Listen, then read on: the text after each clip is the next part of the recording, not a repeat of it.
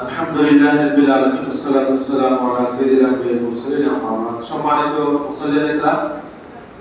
আগামী সেপ্টেম্বর মাসের 7 তারিখ বৃহস্পতিবার দিন 22 সেপ্টেম্বর 2025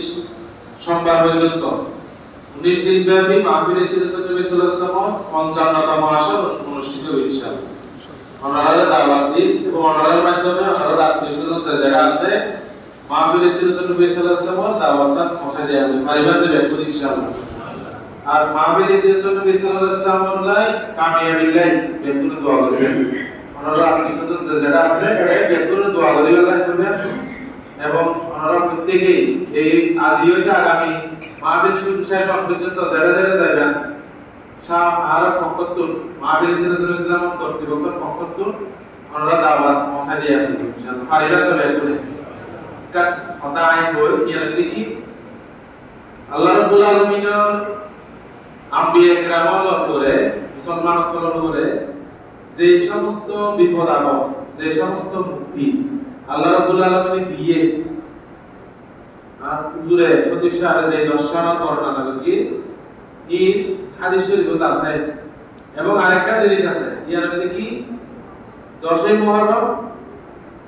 রাসূল করিম সাল্লাল্লাহু আলাইহি ওয়াসাল্লামের নাতি হুসাইন রাদিয়াল্লাহু তাআলা আনহু শাহাদাতে কাটান।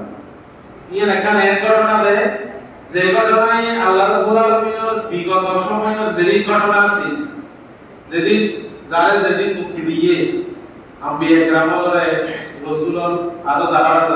বিপদ মুক্ত করে এই বিপদটা আসলে সবচেয়ে বেশি পীড়াদায়ক আর মুসলমানের তরফ থেকে কেন বলি রাসূল করিম সাল্লাল্লাহু আলাইহি ওয়াসাল্লামের নাতিদি খেলাফতের বসিয়ে দিলেন মানুষ জীবে নিজের মুসলমান দাবি করি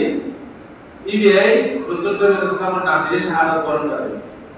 কে করি করেনি এই নবাই ইতিহাস জানো আদি মুক্ত করে দিয়ে 32 জনের শাহাদাত বরণ করে দিয়ে ইতারা যদি যুদ্ধ করে বেলায় যাইতে সৈন্য সামর্থ্য পারে না দিয়ে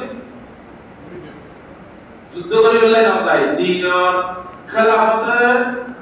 মুসলিমের জিয়ান নিয়ম আছে এমারত ইসলাম জিয়ান হয় খোলাফায়ে রাশিদিনের যে খেলাফত যে সিস্টেম হয়েছে ইয়াজিদি ইয়ানার লঙ্ঘন করে এর খেলাফত গ্রহণ করে জিয়ানারে মুসলিম ঐতিহাসিক হলে মুসলিম বিশেষজ্ঞ হলে রাজতন্ত্র বলিয়ে নাম দিয়ে